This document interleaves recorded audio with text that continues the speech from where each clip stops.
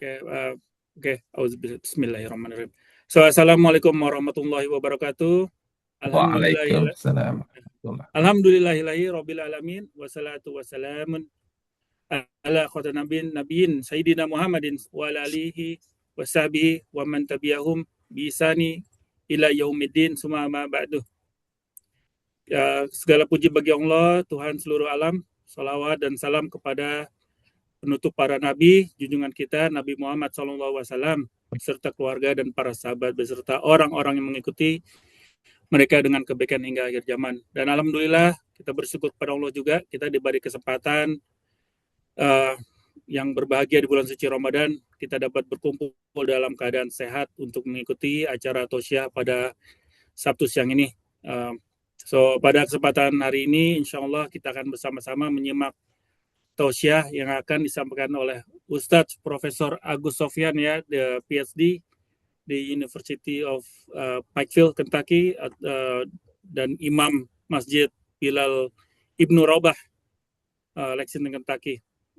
Dan kita akan hari ini kita membahas dengan judul Hindari Tindakan Merugikan Jemput Potensi Keuntungan.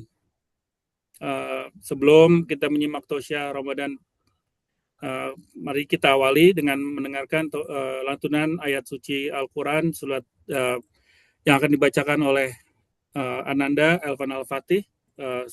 Dia akan membacakan surat Al-Baqarah ayat 284 dan 286. Silakan, tafadhol.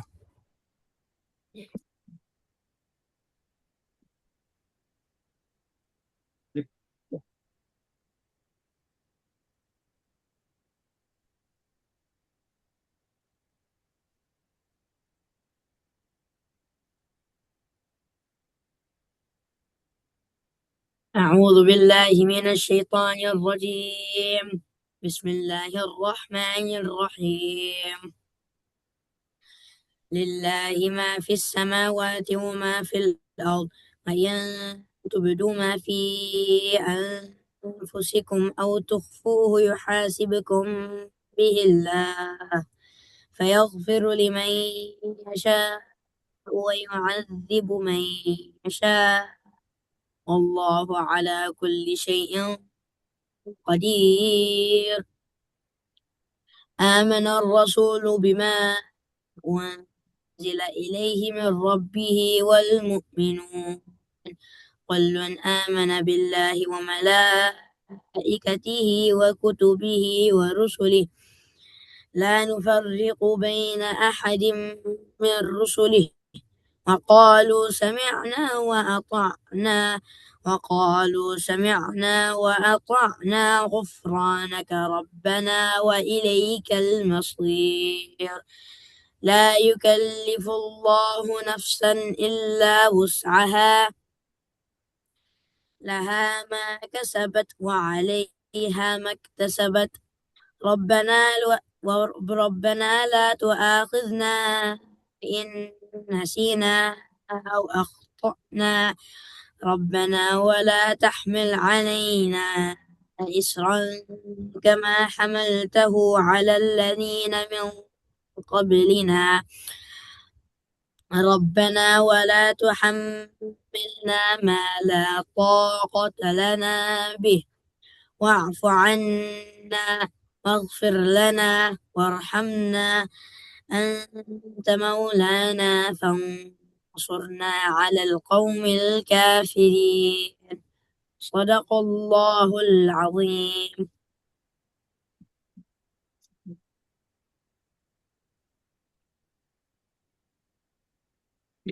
Terima kasih jazakumullah khairan kepada Saudara Adinda Evan atas tilawahannya. Mari selanjutnya, mari kita bersama-sama menyimak Tosyah yang akan disampaikan oleh Ustadz Profesor Agus Sofyan. Saya dipersilakan. Bismillahirrahmanirrahim. Jazakallah khair, Mas Dedi dan juga teman-teman sekalian atas kesempatan kali ini. Bismillahirrahmanirrahim. Alhamdulillahirabbil alamin wa bihi nasta'inu ala umurid dunya waddin wassalatu wassalamu ala sayyidina Muhammadin wa ala alihi wa ashabihi ajma'in. Pertama-tama saya ingin mengucapkan Assalamualaikum warahmatullahi wabarakatuh. Semoga kita semua dikaruniai oleh Allah Subhanahu wa Ta'ala keselamatan dan juga kesehatan. Dan ini merupakan rahmat dari Allah Subhanahu wa Ta'ala. Kita semua dipertemukan pada hari ini, di hari, nah ini, ya, di harinya kita ada perbedaan, ya. Tapi kalau ada perbedaan bukan berarti ya ada kesalahan. Kalau menurut saya kedua-duanya ada kebenaran di dalamnya. Jadi mungkin ada yang sekarang ini di hari yang ke-25, ada yang masih hari ke-24. Ya. Nah inilah bagaimana mulianya Rasulullah Shallallahu Alaihi Wasallam ya ketika beliau menyarankan kepada kita ya untuk beriktikaf selama 10 malam terakhir di bulan Ramadan. Walaupun beliau mengatakan bahwa carilah ya keuntungan ya potensi keuntungan yang sangat besar di malam Qadar atau Lailatul Qadar yang jumlah keuntungannya ya kalau kita lihat dari judulnya potensi keuntungan di Lailatul Qadar ini adalah satu kali ibadah itu ternyata dihitung pahalanya lebih besar dari 1.000 bulan atau lebih dari 83 tahun. Bayangkan ya keuntungan yang dicapai pada malam itu ketika kita sholat satu kali itu diberikan keuntungan ya sebesar lebih dari kita sholat selama 83 tahun. Sebagian besar manusia sepertinya jarang yang mencapai umur 83 tahun. Nah ini potensi yang sangat besar. Nah keuntungan ya dari teman-teman insya Allah yang sedang beriktikaf malam ini, ya ketika Rasulullah mengatakan beriktikaf selama 10 malam terakhir ya. Jadi Rasulullah tidak mengatakan ya hanya di malam ganjil aja itikafnya, tapi 10 malam terakhir. Karena ini ada potensi kebenaran dari pendapat yang berbeda. Jadi kemungkinan malamnya 24, ya, kemudian pendapat yang lain malam 25.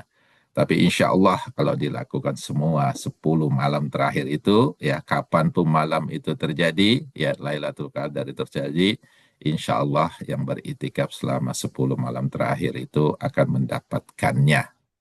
Nah, demikian juga dengan rahasia bagaimana Allah Subhanahu wa Ta'ala menyimpan, ya tidak memberitahu malamnya itu kapan. Karena hanya diberikan tanda-tandanya, dan tanda-tanda itu juga sangat kadang-kadang spesial bagi satu individu yang mengatakan, oh semalam saya mendapatkan Lailatul Qadar misalnya. Sedangkan teman yang lainnya, oh saya mendapatkannya sudah kemarin malam dan seterusnya. Sehingga sekali lagi memang inilah adalah satu kemuliaan dari Allah Subhanahu wa Ta'ala, bahwa kita diberikan satu malam dan malam itu tidak diberitahu kapannya, sehingga kita bisa mencarinya selama 10 malam tersebut. Nah, ya kalau yang 24 malam ya sekarang tanggal 24 yang puasanya mulai hari Kamis, ini sekarang kan 24, yang nanti malam itu 25. Sedangkan yang puasanya mulai hari Rabu, semalam itu sudah tanggal 25. Saya kebetulan tadi baca Facebook ada teman yang mengatakan, ya sepertinya dia mendapatkan malam Lailatul Qadar itu semalam, ya tadi malam, karena dia merasakan ketenangan yang bukan main tadi malam. Ya mudah-mudahan ya kita berdoa semoga memang benar dia mendapatkan malam Lailatul Qadar tersebut tadi malam. Nah, ini yang mungkin potensi lain yang bisa kita ambil dari Lailatul Qadar itu adalah apa yang kita ucapkan, apa yang kita mohonkan kepada Allah Subhanahu wa Ta'ala. Kalau ya kita tahu bahwa malam itu adalah malam Lailatul Qadar, apa yang kita ucapkan, apa yang kita mohonkan kepada Allah Subhanahu wa Ta'ala. Nah, ini ada salah satu hadis ya, hadis ini dari Aisyah ya, Aisyah radhiyallahu anha, ibunda kita ya, pernah bertanya kepada Rasulullah sallallahu alaihi wasallam. Aisyah radhiyallahu anha qalat, ya, berkata atau bertanya, ya Rasulullah, wahai Rasulullah. Nah, kita lihat bagaimana ya dalam keluarga ini ya, Aisyah adalah istri Rasulullah sallallahu alaihi wasallam, tapi beliau ya sangat sangat sopan ya, memanggil suami beliau dengan panggilan Rasulullah, kemudian ya mengikuti dengan pertanyaan yang juga sangat sopan. Ini merupakan pelajaran buat kita ya dalam keluarga, bagaimana suami istri itu bisa mencontoh teladan dari Aisyah radhiyallahu anha ini. Beliau bertanya ya kepada Rasulullah SAW. Pertanyaannya, aro'aita. Bayangkan, aro'aita. Aro'aita itu artinya, apa sih pandanganmu gitu ya. Jadi apa sih pandangan kamu ya. Ini pertanyaan yang sangat sopan ya. Aro'aita, apa sih pandanganmu wahai Rasulullah SAW, in wa wafaqtu Lailatul Qadar, jika aku ya berada atau di waktu Lailatul Qadar, malam Qadar itu. Bagaimana pandanganmu gitu ya. Kemudian ma'ad'u, apa yang harus saya mohonkan, apa yang harus saya ucapkan. Nah, ini pertanyaan dari Aisyah radhiyallahu anha kepada Rasulullah sallallahu alaihi wasallam. Wahai Rasulullah, ya, apa menurut pandanganmu, apa yang harus saya ucapkan kalau saya malam itu mendapatkan Lailatul Qadar? Qal, ya, Rasulullah sallallahu alaihi wasallam menjawab, ya, takulin, engkau ucapkan, ya. Jadi ini jawaban beliau ya, kamu ucapkan ya, Allahumma, ya Allah, innaka, sesungguhnya engkau, afuun, maha pengampun, tuhibbul afwa, engkau menyukai memberikan ampunan atau menyukai pengampunan ya, fa'fu anni, maka berilah ampun kepadaku atau ampunilah daku. Nah, ini doa ya yang diajarkan oleh Rasulullah SAW langsung kepada istri beliau Aisyah radhiyallahu anha.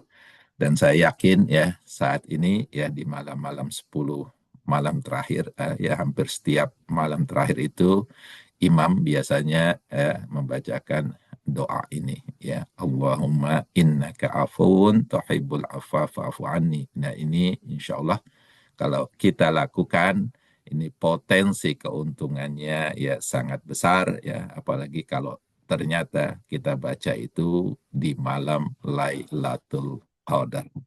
Nah, ini kalau kita melihat dari segi keuntungan. Nah, ya semoga sekali lagi kita semua bisa mengamalkan doa ini. Kita baca tiap malam di malam-malam terakhir ini. Kita masih punya sekitar 5 hari lagi atau 4 hari lagi ya bisa membaca doa ini di malam-malam Ramadan kita. Dan semoga Allah Subhanahu wa taala ya bisa memberikan kita waktu sampai akhir Ramadan sehingga kita akan mendapatkan keuntungan yang lainnya ya, seperti yang Rasulullah Shallallahu alaihi wasallam sabdakan dalam salah satu hadisnya, man soma Ramadan imanan wahtisaban ghufira lahu ma taqaddama min dzambi. Man soma, ya barang siapa yang berpuasa Ramadan sepenuh di bulan Ramadan, imanan ya dengan rasa atau dasar keimanan, wahtisaban dan juga harapan, ghufirallahu, maka diampuni baginya ma taqaddama, apa-apa yang telah lalu, min dzambih, dari dosa-dosanya. Nah, ini juga lagi potensi keuntungan ya kalau ya kita bisa berpuasa sebulan penuh di bulan Ramadan. Kita berdoa ya semoga Allah Subhanahu wa taala memanjangkan umur kita sehingga sampai kita di akhir Ramadan dan mendapatkan pahala yang besar ini, yaitu berupa pengampunan dari dosa-dosa kita yang telah lalu. Nah, ini hadis sahih ya, hadis muttafaqun alaih di Bukhari dan Muslim. Nah, masalahnya sekarang ya, insya Allah kita sudah mencoba mencari keuntungan tersebut ya. Permasalahan sekarang adalah bagaimana kita harus ya memaintain, harus menjaga keuntungan-keuntungan yang kita telah capai selama Ramadan dan juga keuntungan-keuntungan yang telah kita capai selama hidup kita sampai saat ini. Ya berupa ibadah-ibadah kita, pahala dari puasa kita, pahala dari sholat kita, pahala dari zakat kita, pahala dari haji kita, umroh kita, membantu orang lain dan sebagainya, ya itu yang harus kita pertahankan, harus kita jaga. Jangan sampai kita melakukan tindakan yang merugikan sehingga dikhawatirkan keuntungan-keuntungan yang telah dicapai itu akan hilang semua, hilang sirna tanpa bekas. Bahkan ya ada potensi ya akan justru mendapatkan dosa dari tindakan-tindakan yang kita perbuat tersebut. Nah, tindakan apa yang disebutkan oleh Rasulullah Shallallahu Alaihi Wasallam akan membuat kita menjadi rugi seumur hidup, menjadi rugi selamanya? Rasulullah SAW ya menyebutkan sifat ini sifat orang yang muflis. Ya, muflis artinya bangkrut, orang yang bangkrut. Nah, kita lihat ya di zaman Rasulullah SAW, Rasulullah itu suka memberikan pelajaran dengan bertanya, kemudian ngobrol lah istilahnya ya, tarbiyah secara rileks gitu ya. Salah satunya ya pada saat itu Rasulullah Shallallahu Alaihi Wasallam sedang berkumpul dengan sahabat-sahabatnya, kemudian beliau bertanya. Nah, hadis ini diriwayatkan oleh Abu Hurairah dan marilah kita coba cermati ya hadis ini, kita hayati ya apa sih isinya, kemudian apa tindakan apa yang akan membuat kita menjadi rugi di akhirat nanti, ya rugi seumur hidup ya, sudah berbuat baik seumur hidup tapi ternyata semuanya hilang sirna ya. Hadisnya ini dari Sahih Muslim dan juga Imam Tirmidzi.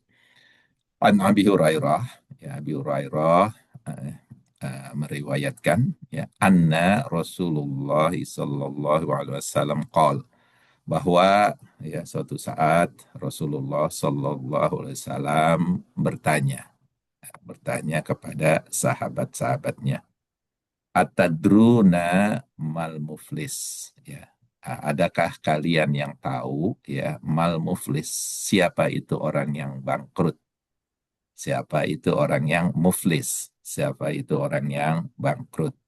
Qalu ya, para sahabat ya sebagian besar menjawab, al muflisu fina, orang yang bangkrut itu ya Rasulullah ya, fina di antara kami ya Rasulullah ya, man adalah orang yang la dirhamalah, tidak punya dirham atau tidak punya uang, tidak punya duit. Wala mata, dan tidak punya harta benda. Nah, ini jawaban dari sahabat-sahabat Rasulullah Sallallahu Alaihi Wasallam pada saat itu. Ya, mereka menjawab bahwa orang yang bangkrut itu ya orang yang nggak punya duit dan tidak punya harta. Qol ya, Rasulullah Sallallahu Alaihi Wasallam kemudian menjawab atau menerangkan, Jadi Rasulullah ini nggak langsung menyalahkan mereka ya, salah itu ya, itu jawaban bodoh, itu jawaban dunia itu. Ya, kita ini agama, kita harus ya melihat ke akhirat juga. Rasulullah SAW tidak mengatakan itu, tapi Rasulullah SAW ya dengan kalem menjawab ya qol Rasulullah SAW, ya Rasulullah kemudian menerangkan ya innal muflisa ya, bahwa sesungguhnya orang yang bangkrut itu ya, ketika dalam bahasa Arab digunakan kata inna, itu merujuk kepada spesifik ya. Spesifik di sini adalah orang bangkrut itu ya, secara spesifik adalah min ummati, kata Rasulullah, sesungguhnya dari umatku sendiri. Jadi Rasulullah Shallallahu Alaihi Wasallam ya mengatakan bahwa orang bangkrut itu ternyata dari umat Rasulullah Shallallahu Alaihi Wasallam ya. Di antara tentunya adalah kita. Jadi ini semacam reminder buat kita ya, semacam warning ya dari Rasulullah SAW, bahwa orang yang bangkrut itu ternyata adalah orang Muslim ya. Orang non Muslim itu nggak dikatakan bangkrut di akhirat nanti karena memang sudah nggak punya apa-apa. Tapi orang Muslim ini ya, ummati kata Rasulullah, itu bangkrut ya karena apa ya? Man ya'ti yaumal qiyamah, yaitu ya orang yang berpulang ya. Berpulang artinya orang yang meninggal ya di hari kiamat, dan datang di hari kiamat ya meninggal bisolati.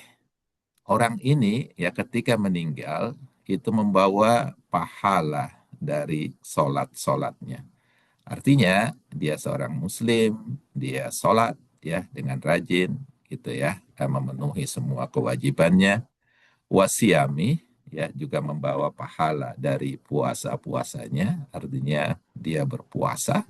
Wazakati, dan jika dia membawa pahala dari eh, zakatnya, jadi dia membayar kewajibannya, membayar zakat.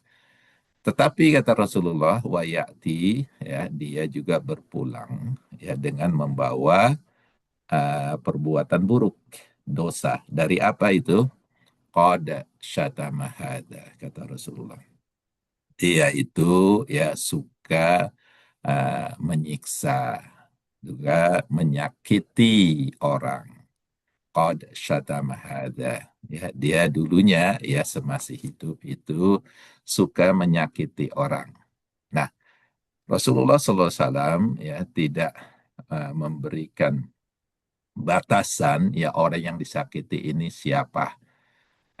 Dan ini ya tentunya bisa kembali kepada kita, berpulang kepada kita, bahwa yang disakiti ini bisa adalah orang yang paling dekat dengan kita. Yaitu misalnya istri, ya anak-anak, orang tua, saudara, tetangga, dan sebagainya. Jadi tidak ada batasan orang-orang mana atau siapa yang disakiti ini. Yang jelas kata Rasulullah, ya selama hidupnya orang yang bangkrut ini, ya walaupun sudah membawa banyak pahala dari sholatnya, puasanya, dan zakatnya, tapi dia juga membawa dosa dari qad syatama hadza. Dia suka menyakiti orang. Nah, yang kalau kita perhatikan ya saat ini yang paling banyak tersakiti justru adalah orang terdekat kita. Nah, kalau dalam bahasa Indonesianya itu KDRT ya, apa tuh KDRT? Kekerasan dalam rumah tangga. Nah, hati-hati ini karena kadang-kadang kita tidak sadar ya, kita tidak sadar kita telah menyakiti pasangan kita. Kita tidak sadar kita menyakiti anak-anak kita, baik dengan perbuatan ataupun dengan lisan kita. Nah, itu yang pertama kata Rasulullah. Ya, orang yang bangkrut ini hebat ya, membawa pahalanya, tetapi apa? Qad syatama hadza. Dia suka menyakiti orang lain. Wa qadzafa hadza. Dia juga suka menuduh orang lain, memfitnah orang lain. Wa kadzafa hadza. Dia suka menuduh orang lain berbuat sesuatu yang jelek atau memfitnah orang lain.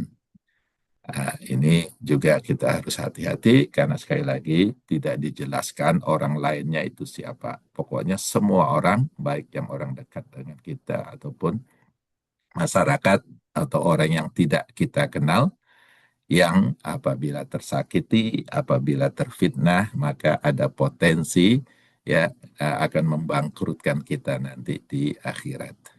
Wa akala malahada, dan dia ini kata Rasulullah suka makan. Ya, akala itu artinya makan, mal harta hada orang lain. Itu baik dalam tindakan ya misalnya mengambil harta anak yatim, ya kemudian tindakan pungli, ya membuat aturan-aturan sehingga ada biaya-biaya tambahan yang tidak ada, ya menjadi ada. Nah itu termasuk dalam wa akala mala hadza ini, yaitu memakan harta orang lain, ya minjem nggak mulangin, ya. Nah itu juga wa akala mala hadza, ini tindakan yang akan merugikan kita di akhirat nanti. Wasafaka damahada. Safaka artinya menumpahkan, ya dam artinya darah. Ini adalah orang yang menumpahkan darah, artinya membunuh orang. Kita lihat lagi saat ini ya bagaimana ya ada orang yang dengan mudah ya misalnya membunuh ya tidak hanya satu, dua, tiga, empat, bahkan bisa ratusan ataupun ribuan orang sekali bunuh. Karena dengan senjata yang modern, ya hanya dengan satu senjata bisa membunuh ratusan bahkan ribuan orang. Bayangkan kalau yang dibunuh itu ribuan orang, ya. Bagaimana kerugiannya nanti di akhirat. Wasafaka damahada. Ini orang yang menumpahkan darah orang lain. Wadorobahada, dan orang yang suka memukul orang lain, menyerang orang lain. Ini juga termasuk perbuatan yang sangat berpotensi membangkrutkan atau merugikan kita di akhirat nanti. Nah, kemudian apa kata Rasulullah? Fayaqaudu, ya. Kemudian kata Rasulullah, Allah Subhanahu wa taala akan mendudukkan dia. So qaidun artinya duduk ya. Fayaqudu, dia akan didudukkan, akan ditarik oleh Allah Subhanahu wa taala, kemudian didudukkan ya di depan orang-orang yang dia sakiti tadi, orang-orang yang diambil hartanya, orang yang dibunuh, orang yang dipukul dan sebagainya ya. Fayaqtasu hada min hasanatih. Kemudian ya Allah Subhanahu wa taala akan membayar orang yang disakiti itu min hasanatih, dengan pahala dari orang yang didudukin tersebut. Jadi orang yang diadilin ya, kalau kita bilang di fayak wudu itu didudukan atau diadili tersebut. Jadi Allah Subhanahu wa taala akan mengambil pahala orang ini kemudian membayarnya untuk orang yang disakitinya. Wahada min hasanati, ya kemudian mengambil lagi ya pahalanya dibayarkan untuk orang yang dipukul. Wahada min hasanati, dia ambil lagi pahalanya diberikan kepada orang yang dia fitnah, dan seterusnya. Fa'in faniyat hasanatuhu, ya apabila ya faniat habis ya hasanatuhu, semua pahala-pahalanya dia. Jadi pahala dari sholatnya tadi itu udah habis diambil, pahala dari puasanya udah diambil untuk bayar orang, kemudian pahala zakatnya, pahala lainnya sudah habis diberikan kepada orang ya. Fa'in faniyat hasanatuhu, dan apabila semua pahalanya itu sudah habis, qabla, sebelum tasu, dia mampu membayar ma'alaihi, dengannya minal khotoya, semua dosa-dosanya. Artinya dia pahalanya sudah habis tapi ternyata masih ada orang yang belum mendapat bayaran ya. Jadi dia masih punya dosa di sana yang tidak bisa lagi dibayar. Karena apa? Karena pahalanya atau hasanahnya itu sudah habis. Kemudian kata Rasulullah, ukhidha min khotoyahum, maka akan diambil, ukhidha, ya akan diambil min khotoyahum, dari dosa-dosa orang-orang yang disakiti tersebut, yang belum terbayar, faturiha, kemudian dilemparkan alaihi, kepadanya. Jadi ketika pahalanya sudah habis, maka Allah Subhanahu wa taala akan mengambil dosa-dosa orang yang disakitinya, kemudian dilemparkan kepadanya. Artinya dibebankan kepadanya. Nah, ini bangkrut. Ya, jelas ini bangkrut. Ya, awalnya dia membawa pahala, tapi karena dia suka menyakiti orang di dunia, akhirnya pahalanya habis. Tidak hanya habis, karena begitu banyak yang disakiti, dosa orang yang disakiti pun akan dibebankan kepada dia. Akhirnya apa? Kata Rasulullah, summa, kemudian turiha, dia akan dilempar finnar, ke dalam neraka. Nah ini, ya, inilah definisi bangkrut dalam agama Islam, yaitu orang yang merasa pahalanya banyak, ya, ketika meninggal dunia, tetapi ternyata dia melakukan tindakan yang sangat merugikan.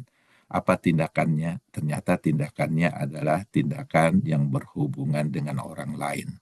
Ini sosial, ya, bukan tindakan, artinya dosa yang dilakukan secara ritual atau terhadap Allah Subhanahu wa taala. Nah, ini juga yang perlu kita perhatikan, bahwa ya, dosa kepada Allah Subhanahu wa taala itu terkadang lebih mudah diampuni dibandingkan dosa yang kita buat terhadap orang lain. Karena Allah Subhanahu wa taala itu berjanji, ya, barang siapa yang berdosa kepadanya kemudian minta ampun, itu langsung diampuni. Karena ampunan Allah itu seluas langit dan bumi. Jadi begitu kita berdosa pada Allah, kita minta ampun, kita taubat, ya, Allah Subhanahu wa taala menjanjikan akan mengampuni dosa-dosa tersebut. Tetapi ya, dosa yang dilakukan kepada orang lain itu tidak akan diampuni oleh Allah Subhanahu wa taala sampai, ya, orang yang disakiti tersebut, orang yang diperbuati dosa tersebut memaafkan dia dulu. Baru Allah Subhanahu wa taala akan mengampuninya. Kalau tidak, ya, kalau tidak dimaafkan, maka ketentuan, ya, ketentuan hari hisab nanti itu, hari kiamat itu akan berlaku, yaitu, ya, orang yang disakiti ini akan bisa meminta pahala kita di akhirat nanti, sehingga kalau banyak yang disakiti, dikhawatirkan kita akan menjadi orang yang rugi seumur hidup, rugi besar. Nah ini bagaimana, ya, kita harus menjaga tindakan kita terhadap orang lain, ya, terutama, ya, dimulai di rumah. Bagaimana kita memperlakukan istri kita, anak-anak kita, orang tua kita, saudara-saudara kita. Kemudian melebar ke bagaimana perlakuan kita terhadap tetangga kita. Kemudian melebar lagi bagaimana perlakuan kita terhadap kolega kerja kita. Melebar lagi bagaimana kelakuan kita terhadap masyarakat sekitar kita, dan seterusnya. Ya, karena inilah yang potensi, ya, kalau kita salah melakukan tindakan, ya, berpotensi merugikan kita seumur hidup. Dan terus terang, ya, hanya kita, ya, sesungguhnya yang bisa menjaga tindakan kita. Kita tidak bisa menjaga tindakan orang lain, tetapi kita harus mampu menjaga tindakan kita. Dan Islam, ya, itu agama yang dibangun dengan prevention, dari menjaga supaya tidak melakukan dosa, bukan berbuat dosa kemudian meminta maaf. Tapi agama Islam lebih mengutamakan kita menjaga diri dari berbuat dosa. Nah, ini mungkin yang perlu kita perhatikan agar ya kita terhindar dari tindakan yang merugikan. Agar pahala yang telah kita dapatkan selama hidup kita ya selama Ramadan ini tetap kita bawa sampai akhir hayat kita. Dan kemudian ya seperti yang saya ucap tadi bahwa agama Islam itu ya lebih menekankan bagaimana kita menjaga diri dari berbuat salah atau dosa dibandingkan langsung berbuat dosa kemudian meminta maaf. Makanya banyak sekali ayat-ayat ya dalam Al-Quran yang isinya ada peringatan. Jangan ini, jangan itu, ya karena apa? Agar supaya kita ingat, jangan berbuat dosa. Tapi kita kalau bisa harus menjaga diri kita dari perbuatan dosa tersebut. Ya salah satunya adalah dalam surat Al-Hujarat. Surat Al-Hujarat itu surat ke-49 ya, surat ke-49. Itu ada 3 ayat ya, 3 dan 4 ayat ya yang memberikan arahan kepada kita agar tidak berbuat dosa. Dan kadang-kadang tindakan yang dilakukan ini gampang sekali terjadi ya. Makanya Allah Subhanahu wa taala memberikan peringatan di sini.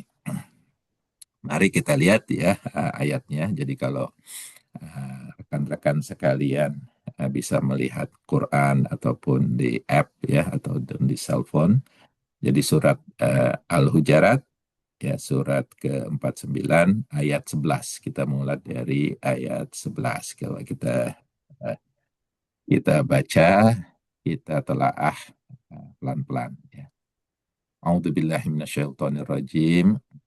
Ya ayyuhalladzina amanu ya wahai orang-orang yang beriman ya tentunya panggilan ini untuk kita semua ya karena ini ada syaratnya ya ini untuk orang yang beriman dan kita semua ya karena kita beriman ini adalah panggilan untuk kita ini nggak peduli ya laki-laki dan perempuan sama panggilannya di sini ya ayyuhalladzina amanu besar kecil sama ya tua muda sama ya kalau kita beriman maka kita termasuk yang dipanggil di sini kata Allah la jangan ya jangan yashor ya, kalian itu mengolok-olok ya, jangan mengolok-olok ya kaumum salah satu kaum min kaumin ya dengan kaum yang lain atau salah satu kelompok dengan kelompok yang lain itu jangan saling mengolok-olok ya jangan misalnya ada kelompok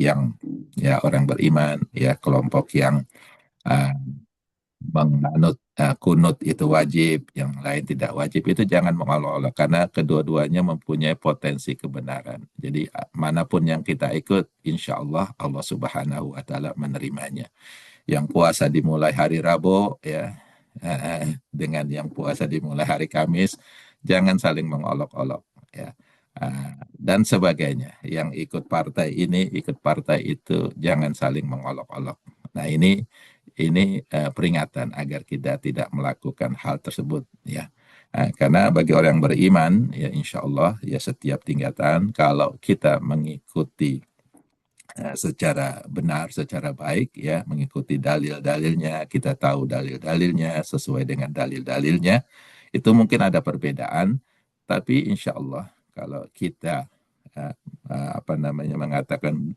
dua-duanya benar itu tinggal pilihan kita aja insya Allah ya insya Allah itu akan diridhoi oleh Allah Subhanahu wa taala akan dirahmati oleh Allah Subhanahu wa taala jadi jangan saling mengolok-olok walaupun ada perbedaan di sana asa ya seolah-olah ya atau bisa jadi ya ayyakunu ya yang diolok-olok itu khairum minhum lebih baik dari yang mengolok-olok nah ini peringatan dari Allah Subhanahu wa taala karena terus terang ya kalau sudah pendapat fikih misalnya ya mungkin ada perbedaan ya itu jangan sampai kita kemudian bersetegang mengolok-olok, ya. Yang mau pakai ru'yat silahkan, yang mau pakai hisab silahkan, ya. Tapi jangan saling mengolok-olok atau saling menyalahkan. Insya Allah. Nah, ini peringatan dari Allah Subhanahu wa Ta'ala, karena bisa jadi yang diolok-olok itu ternyata lebih baik, ya, lebih baik dari yang mengolok-olok. Wala nisaun. Dan janganlah para wanita ini. Nah, ini khusus ya. Jadi sebenarnya tadi yang ya ayyuhalladzina amanu ini udah mencakup muslim dan muslimat, ya, laki-laki dan perempuan. Tapi rupanya Allah Subhanahu wa Ta'ala di sini memberikan khususan pada wanita. Ya, tentunya Allah yang Maha Tahu, karena Allah Subhanahu wa Ta'ala yang menciptakan kita, menciptakan manusia, menciptakan laki-laki dan wanita, sehingga ada pesan khusus ya kepada wanita ini, walaupun ya sekali lagi sudah ada pesan di sebelumnya untuk amanu, semua orang yang beriman, laki-laki dan perempuan. Di sini ditegaskan lagi oleh Allah Subhanahu wa Ta'ala khusus kepada para wanita. Nah, mungkin ibu-ibu yang lebih tahu deh nih. Kenapa ada ayat khusus untuk wanita nih? Wala nisaun min nisain. Dan ya janganlah di antara wanita dengan wanita lainnya ya saling mengolok-olok. Jadi katanya tetap sama, yaskhor tadi itu ya, jangan saling mengolok-olok antara wanita satu atau kelompok wanita satu dengan kelompok wanita yang lain. Asa ya, karena bisa jadi ayyakunna yang diolok-olok itu khairom, lebih baik, minhunna, dari yang mengolok-olok. Nah, ini khusus untuk wanita ya. Allah Subhanahu wa Ta'ala memberikan tambahan ini khusus ya. Nah, kemudian Allah Subhanahu wa Ta'ala melanjutkan wala talmizu anfusakum, dan janganlah kalian talmizu, mencelah, ya, jangan mencelah anfusakum, di antara kalian, jangan saling celah-celahan, jangan saling mencela satu sama lain. Wala tanabazu, dan janganlah kalian memanggil dengan panggilan, ya, tanabazu, dengan apa sih kalau bahasa Indonesianya itu, dengan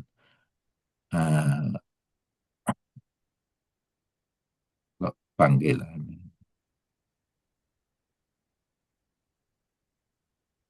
Apa ya, kalau di sini itu saya lupa Pak. Nah, kalau bahasa Indonesia itu jangan memanggil dengan sebutan gitu ya, dengan sebutan bil alqab yang tidak baik, ya, dengan panggilan yang tidak baik. Jadi memberikan gelar ya, gelar yang tidak baik ya, saling menggelari dengan gelar yang tidak baik. Ya, misalnya ya, ini sering terjadi ya, mohon maaf.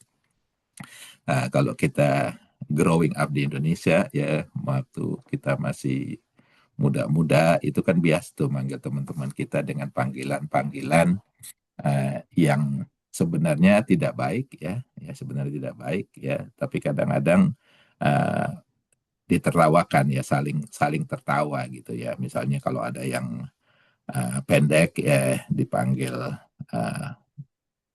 pendekar lah ya, pendek tapi kekar, atau kalau yang botak dipanggil pelontos atau tuyul ya, macam-macam panggilan ya. Ini yang dilarang oleh Allah Subhanahu wa Ta'ala. Jangan saling memberikan gelar yang tidak baik, yang tidak bagus ya. Karena ini berpotensi ya menimbulkan dosa atau menimbulkan rasa tidak senang kepada orang yang dipanggil tersebut ya. Wala tanabazu bil alqab, ya, jangan saling memberikan gelar yang tidak baik. Bi'salismul fusuku ba'dal iman, ya. Seburuk-buruknya panggilan adalah panggilan fasik ya setelah iman. Artinya begini. Jadi panggilan buruk itu adalah orang yang Allah sebutkan sebagai fasik. Apa sih fasik? Fasik itu adalah orang yang ya tahu ya hukumnya, tetapi dia tetap melanggarnya. Contohnya aja misalnya ya di sini Allah Subhanahu wa taala mengatakan jangan saling memanggil dengan gelar-gelar yang jelek. Ya misalnya ya ada kelompok yang memanggil kelompok lain dengan panggilan kadal gurun, ya ada yang manggil cebong dan sebagainya. Nah, itu kan tadi larang tuh sama Allah Subhanahu wa taala, tapi tetap dilakukan. Kata Allah ini orang yang fasik. Ya, ini orang yang fasik. Kemudian Allah bilang ya jangan saling mencela, ya, jangan saling merendahkan. Tetap aja dia saling mencela, saling merendahkan. Ini adalah orang yang fasik, kata Allah, ya. Sejelek-jeleknya status ini, kata Allah, ini status orang fasik ini. Janganlah kita seperti itu. Janganlah kita menjadi orang yang fasik. Ya. Wa man lam yatub, ya Allah Subhanahu wa taala melanjutkan, dan barang siapa yang tidak bertobat atau tidak kembali, artinya mungkin dulu kita pernah melakukan itu, maka bertobatlah, taba, ya bertobatlah, kembalilah gitu. Waman lan yatub.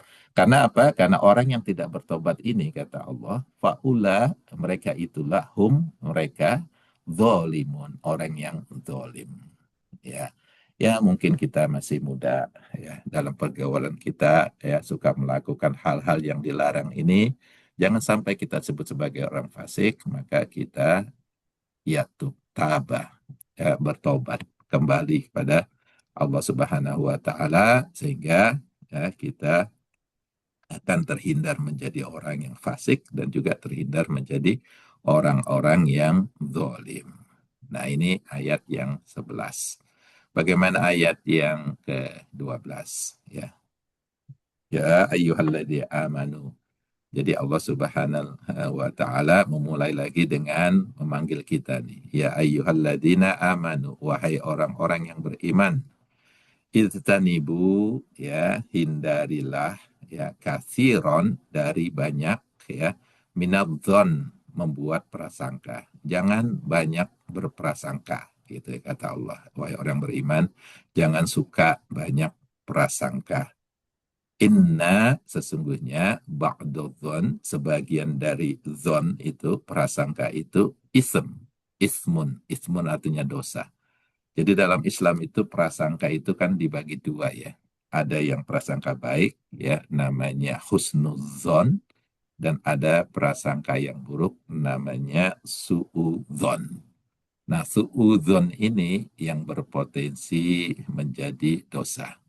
Tapi secara general, secara umum, Allah Subhanahu wa taala ya memberikan kepada kita jangan banyak-banyak berprasangka. Ya, jangan suka berprasangka, jangan suka berprasangka. Ada teman kita yang telat, ya kita prasangka, oh ya itu udah biasa, oh ini dan sebagainya. Itu hati-hati karena prasangka itu ya kalau tidak benar itu menjadi suudzon, dan suudzon itu ya berpotensi menjadi dosa. Nah ini apa namanya peringatan Allah Subhanahu wa taala. Sekali lagi adalah prevention, ya kita diperingati oleh Allah Subhanahu wa taala jangan melakukan itu gitu. Wala tajassasu. Ini juga sering terjadi ya, kata Allah, wala, dan janganlah kalian tajassasu, saling mencari-cari kesalahan. Spy on, itulah cari-cari kesalahan. Wala yaghtab, dan janganlah ghibah, dan janganlah kalian menggibah. Ba'dukum ba'doh, di antara kalian. Nah, ini larangan-larangan ya yang diberikan oleh Allah Subhanahu wa taala kepada kita agar kita jangan melakukan ini. Wala yaghtab, ya jangan berghibah, saling menggibah. Ba'dukum ba'doh, di antara sebagian kalian dengan sebagian lainnya. Ayuhibbu, apakah kalian itu suka ya ahadukum, di antara kalian, ayyakula, memakan ya lahma, daging, akhihi, saudaranya, maitan, yang telah mati, mayit. Jadi kata Allah, apakah di antara kalian ada yang suka makan bangkai saudaranya sendiri? Ya, fakarih tumu, maka sesungguhnya kalian akan jijik ya memakannya. Artinya Allah Subhanahu wa Ta'ala mengibaratkan uh, berghibah itu seperti makan daging saudaranya sendiri atau makan bangkai saudaranya sendiri. Ini dosa dari ghibah. Kita bayangkan itu. Dosanya sungguhnya sangat besar ya, memakan bangkai saudara sendiri. Makan bangkai ya sudah haram, orang lagi, udah gitu saudaranya lagi. Nah ini ya semacam berandai-andai lah Allah Subhanahu Wa Taala memberikan kita agar kita memperhatikan ya, ghibah ini sangat besar dosanya. Ya, ghibah sangat besar dosanya. Ada lagi yang di atas ghibah itu namanya fitnah kalau Indonesia, tapi dalam bahasa Arab sungguhnya namimah. Namimah itu ya, namimah itu. Kalau ghibah ini mengatakan sesuatu yang benar ada pada orang tersebut, tapi orang tersebut dia tidak suka sebenarnya kalau dia dipanggil dengan omongan tersebut, dia mendengarkan omongan tersebut. Ya mungkin dia misalnya orangnya memang kalau bayar utang telat terus gitu ya, kita omongin ya biasa dia tuh memang tukang telat. Ya itu benar ya, informasinya benar gitu ya. Itu ghibah dan dosanya seperti makan bangkai saudara sendiri.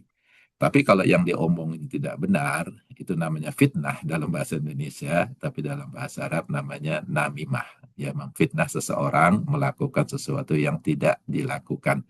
Tentunya dosanya akan lebih besar dari dosa ghibah ini. Gitu ya. Wattaqullah, maka takutlah kepada Allah. Ya, kalian takutlah kepada Allah. Innallaha tawwabur rahim. Ya, sesungguhnya Allah itu maha penerima tobat dan maha penyayang. Sekali lagi, ya ada potensi mungkin kita pernah melakukan ini, ya pernah berghibah, atau masih ya, ada potensi-potensi untuk berghibah, ya. Kata Allah, takutlah kepada Allah, jangan dilanjutkan. Dan ya, tawab, sekali lagi bertobatlah kepada Allah karena Allah itu maha penerima tobat dan Allah itu maha penyayang. Kemudian lihat ayat yang terakhir, ya, ayat yang ke-13.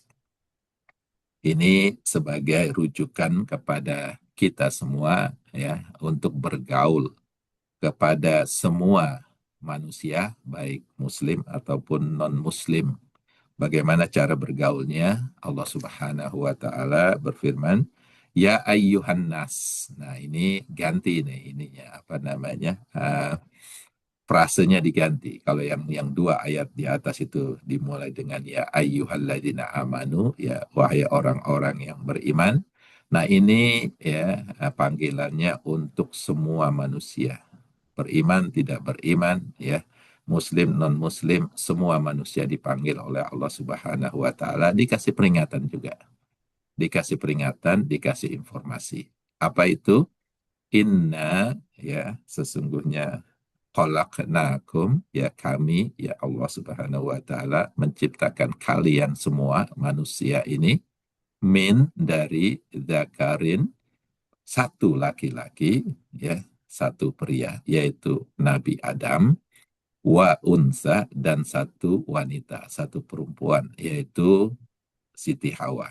Nah, jadi Allah Subhanahu wa taala memberikan informasi bahwa kita semua ini manusia itu satu turunan, satu keturunan, yaitu keturunan dari Nabi Adam dan istrinya Siti Hawa. Ini informasi dari Allah Subhanahu wa taala. Kemudian Allah Subhanahu wa taala mengatakan wa ja'alnakum, dan kami menjadikan kalian. Nah, kalau kata ada menjadikan ini, kita nggak punya pilihan ini. Ya, ini hukumnya kita udah terima jadi. Ya, wa ja'alnakum. Kami itu menjadikan kalian syu'uban, berbangsa-bangsa.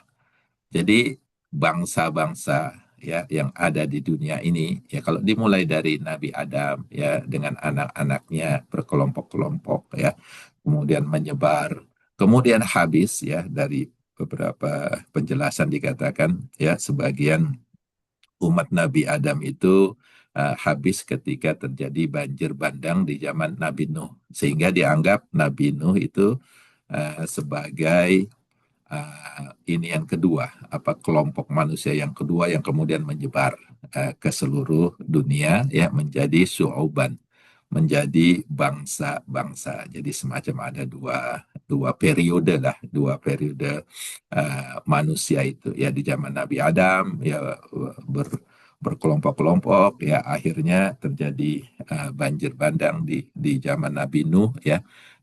Yang selamat itulah kemudian yang menyebar sebagai bangsa-bangsa yang kita ketahui saat ini. Kata Allah, Allah itu menjadikan itu. Allah itu menjadikan. Kita nggak punya pilihan. Jadi syu'uban, ya, kita menjadi berbangsa-bangsa karena Allah yang menjadikan itu. Wa qabail, dan dari bangsa-bangsa itu kata Allah dijadikan suku-suku. Jadi berbangsa-bangsa dan bersuku-suku. Nah, ini adalah ketentuan dari Allah Subhanahu wa Ta'ala. Ya, dalam satu bangsa biasanya ada beberapa ras ataupun ada beberapa suku. Untuk apa? Ya, untuk ta'arufu, kalian saling mengenal, kalian saling bekerja sama, kalian saling hidup secara tentram, kalian saling menolong, kalian saling membantu, li ta'arufu. Secara logika, ya, ketika kita ta'aruf, ya, ini sering digunakan untuk yang belum mempunyai pasangan, ya, itu kan ta'aruf, ya. Kalau kita ta'aruf, itu apa sih yang kita lakukan? Tentunya kita lakukan berbaik-baikan, ya. Kalau laki-laki mungkin ta'aruf ke rumah calonnya membawa hadiah yang bagus-bagus itu, ya, itu ta'aruf itu. Bukan membawa bom, ya, bukan membawa pistol, bukan membawa senjata, ya. Itu bukan ta'aruf, ya. Tapi ta'aruf di sini adalah kita, ya, kata Allah, ya, disuruh, ya, untuk saling membantu, saling menolong, saling mengayomi dan sebagainya. Ini ta'aruf. Inna, ya, sesungguhnya, akromakum, yang paling mulia di antara kalian, ya, akromakum, karim, mulia, itu, ya, indallah, di sisi Allah, ya, adalah atqakum, yang paling bertakwa di antara kalian. Nah, takwa ini ya akan selalu di eh, diidentifikasikan dengan perbuatan baik. Karena orang yang bertakwa itu pasti orang yang melakukan perbuatan yang baik, orang yang menghindari dari berbuat salah. Ini yang namanya atqakum, orang yang bertakwa. Kata Allah, inna akramakum, ya, sesungguhnya yang paling mulia di antara kalian, indallah, di sisi Allah, atqakum, ya, orang yang paling bertakwa. Innallaha, sesungguhnya Allah, alimun, maha tahu, khabirun, maha teliti. Jadi Allah Subhanahu wa Ta'ala itu maha tahu, maha teliti akan perbuatan kita, sikap kita, dan sebagainya. Nah, ini mungkin sebagai ini, ya, Mas Dedi, sebagai pengantar. Sebenarnya masih banyak, ya. Lebih banyak, tapi yang jelas saya sudah hampir 1 jam. Jadi saya stop di sini, ya. Kalau ada pertanyaan ataupun komentar itu silakan diungkapkan, ya. Mudah-mudahan bisa menambah hasanah pengetahuan kita. Nah, kalau saya teruskan bisa 3 jam, ini masih ada bahannya, masih Iya. ada. Seru, seru, banyak Silakan Mas Edi. banyak perbaikan. Silakan, ada yang mau bertanya, dan semoga kita dijauhkan, ya, Pak, dari orang-orang yang seperti itu. Amin. Nah, Ya, kita harus jaga hati, jaga mulut, jaga hati, semuanya, jaga mata kalau bisa. benar. Kalau Iya, kata pergaulan sekarang, orang yang toksik. iya, betul. Toxic. Iya, jadi benar juga. Jadi teringat saya pas tadi kalau manggil orang itu kan botak, Ya. botol kan gitu. Jadi Betul. kita untungnya Ya. kita udah tua, jadi udah istighfar aja. Kalau kita masih muda lebih bagus lagi, kita udah tahu dari awalnya kan, kita bisa Iya, hindari gitu. betul. Ya, insya Allah. Ya, Tapi itu kalau yang gitu, yang Pak, yang perlu kita ajarkan anak-anak kita mungkin, iya, iya, agar nggak seperti kita zaman dulu. iya. Itu kalau kita kan banyak mungkin bertaubat gitu. Mungkin banyak-banyak istighfar itu bisa membantu kali ya, mengurangi dosa kita yang masa lalu gitu, insya Allah kali ya. Betul. Kalau bisa minta maaf, ketemu, Bisa minta ketemu maaf. orangnya betul. Karena ya kalau kita lihat dari hadisnya itu ya, kalau belum dimaafkan itu ada potensi itu akan merugikan kita di akhirat nanti. Betul. Nah, tapi tentunya nggak mudah loh ya minta maaf. Dan Gak belum usah nunggu tentu lebaran langsung minta maaf pokoknya. salah benar. Nah, itu tradisi yang insya Allah bagus itu. Mudah-mudahan mereka ikhlas, ya mereka ridho, ya mereka Iya, ridho, ya paling berat itu minta maaf. Ya, tapi ya itu dia. Lebih baik berat di dunia daripada berat di akhirat kan? betul. Iya. Ya, silakan ada yang mau bertanya? Ya Nih. boleh saya tanya. Assalamualaikum. Ya, salam. Waalaikumsalam warahmatullahi wabarakatuh. Jadi itu kan yang mengenai apa ketika kita menyakiti orang terus Mm-mm. dosa orang itu nanti kan ditimpakan ke kita ya. Tadi yang saya summary saya kan Iya, summary-nya seperti itu kira-kira. Nah kalau kalau yang hasanah kita kita udah habis. ya, nah kalau yang kita disakiti itu adalah non Muslim gimana? Itu dosanya seberapa banyak Mas? Itu Ah, lebih itu gawat lagi ya. koknya di situ tidak Sorry Bang. disebutkan, ya. Ya, di hadis itu hazanya itu tidak disebutkan orang ini siapa. Yang jelas manusia. Ada kemungkinan ya termasuk muslim dan non muslim karena sesungguhnya agama Islam itu mengajarkan kita berbuat adil, ya adil baik kepada muslim ataupun non muslim. Jadi ada potensi ya. Karena ada juga yang berpendapat, maaf ya, ada juga yang berpendapat ya kalau non muslim nggak apa-apa disakitin atau dicurangin gitu kan.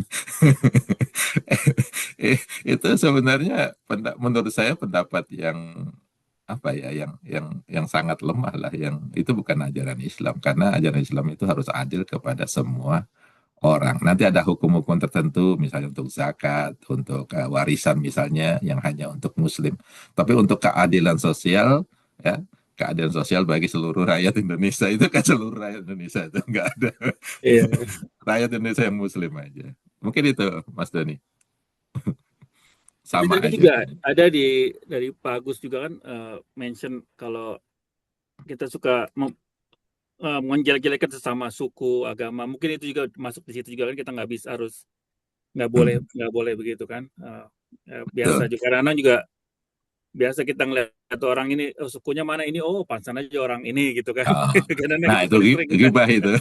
iya kan, kita orang Jawa pansannya orang Sunda atau apa itu ya, itu harus Ah, kita itu betul. juga. Mungkin Ya itu kan juga. ada suku-suku tertentu yang dijadikan olok-olokan ya, misalnya Iya. untuk kebodohan, untuk kekerasan ya dan sebagainya. Ya itu kita ya zaman dulu mungkin kita pernah melakukan, ya tabah kita coba bertobat lah. Mudah-mudahan ya nanti mengurangi Iya. mengurangi kerugian. Tapi kembali lagi ya, kita juga baik lagi gitu, apa namanya, ya bersihin hati aja, nggak perlu lihat suku, nggak perlu lihat Nah, agama, ya, bersihin hati. Soalnya walaupun kita biasa bisa ngolok-ngolok lain agama, tapi udah karena nanti takutnya kebiasaan, iya. keceplosan dengan orang lain, ya lebih baik bersihkan hati, ya jauhin dari itu. Istighfar lagi balik lagi mungkin insya Allah. Betul, betul. Ya itu agama Islam sebagai prevention. Kita lebih baik menjaga dari berbuat salah daripada berbuat salah kemudian minta maaf. Ya, ini karena jadi tren sekarang kan. Maaf ya di kadang-kadang ada pejabat-pejabat yang nggak tahu ngomongnya sembarangan, akhirnya diprotes minta maaf. Ya, seolah-olah kalau udah minta maaf udah selesai. Nah, di maaf ya di media misalnya di TV. Seolah-olah udah selesai padahal belum selesai. Ya, belum selesai. Ya, Iya, iya. mudah-mudahan kita terhindar dari itu. Amin, amin ya robbal alamin. Ya, ada lagi yang Ya, mau bertanya? ya. Assalamualaikum warahmatullahi. Saya mau tanya nih, Ustaz Assalamualaikum Agus, warahmatullahi ini wabarakatuh. Farifah dari New York. Baik. Udah lama. Sudah lama nggak ketemu. Iya, berapa tahun masih berjalan itu apa namanya pengajian yang itu, yang couple itu? Udah enggak. Udah enggak ya? Udah enggak. Tapi ya mudah-mudahan mereka udah inilah, udah mantap. Ini saya ada pertanyaan nih tentang apa prasangka pada orang lain ya. Yang pertama adalah pada bangsa lain. Seperti di komunitas kami itu kan ada bangsa lain dari selain orang Indonesia yang astagfirullahaladzim, subhanallah, mereka itu sering membuat hal yang kurang nyaman bagi kami di masjid itu. Baik itu orang tuanya nggak peduli, kemudian mereka punya anak-anak juga yang dibiarkan aja ketika terutama dalam Ramadan nih ya, mereka tuh main-main, bahkan ada yang salto, ada yang apalah bercanda, dan umurnya itu ada yang udah 10 tahun, ada yang mungkin udah 11-12 tahun tuh. Nah, kalau diingatkan yang itu ibunya itu selalu mengatakan, "Oh, dia kan belum 10 tahun, jadi nggak perlu sholat," seperti itu. Nah, itu. Kemudian ada juga gangguan masalah ada yang mengambil plat nomor dari jamaah yang mobilnya diparkir di situ atau membuat kotor lah gitu. Nah, setiap tahun tuh jadi ada rasa kesal gitu. Dan kami sering mengatakan, oh biasa tuh orang itu selalu begitu. Nah, itu bagaimana itu Ustaz? Itu yang pertama. Yang kedua, untuk tidak garis antara ghibah dan mencegah kemungkaran. Karena kan ada misalnya brother atau sister kita itu yang suka mengatakan kita berbisnis bersama gitu. Nah, ternyata dia itu menipu gitu. Ada satu, karena kan kita tidak boleh menjelekkan orang lain ya. Tapi satu saat itu terbuka bahwa banyak korban di jamaah itu dari perbuatan dia itu. Karena kami kan menjaga aib gitu. Tapi setelah terbuka itu banyak sekali, tidak hanya 5 atau apa, tapi ada puluhan orang. Nah, itu bagaimana antara ghibah dan mencegah membuka aib orang supaya tidak ibah dan untuk mencegah kemungkaran. Itu Ustaz. Oke, jazakallah khairan katsira. Iya. Jadi jazakallah khair ya Mbak Farihah atas pertanyaannya. Itu bisa digabungkan keduanya itu antara ghibah sama mencegah kemungkaran. Kalau memang mungkar, kata Rasulullah SAW, ya man ro'a munkaro fayughairuhu biyadihi walisani, ya kemudian wakil bihi. Jadi kalau ada yang melihat kemungkaran, maka cegahlah dengan tangan. Artinya kalau kita mempunyai kekuasaan, ya kita lakukan dengan merubahnya dengan kekuasaan tersebut dengan tangan kita, ya bukan dengan dipukul ya, dengan tangan kita. Dalam hal ini kalau kita tidak mempunyai kekuasaan seperti itu, mungkin bisa dilaporkan ke pengurus masjid misalnya, sehingga nanti pengurus ini yang mempunyai kekuasaan untuk merubah tersebut, atau dengan lisan kita, ya kalau kita bisa mengucapkannya. Tadi Mbak Farika sudah memberikan contoh, sudah mencoba ya memberikan peringatan. Ya udah, alhamdulillah itu salah satu yang dianjurkan oleh Rasulullah SAW, dengan lisan kita rubah dengan lisan kita. Kalaupun tidak bisa dengan qalbi. Dan sesungguhnya kata Rasulullah itu adalah selemah-lemahnya iman. Ya, yang merubah dengan doa dan sebagainya itu ya. Nah, kalau itu kemungkaran, ya, yang kita lakukan itu sebenarnya bukan ghibah. Kalau ghibah itu ya sesuatu yang perbuatan itu tidak merugikan orang lain, kemudian kita omongkan ke orang lain gitu ya.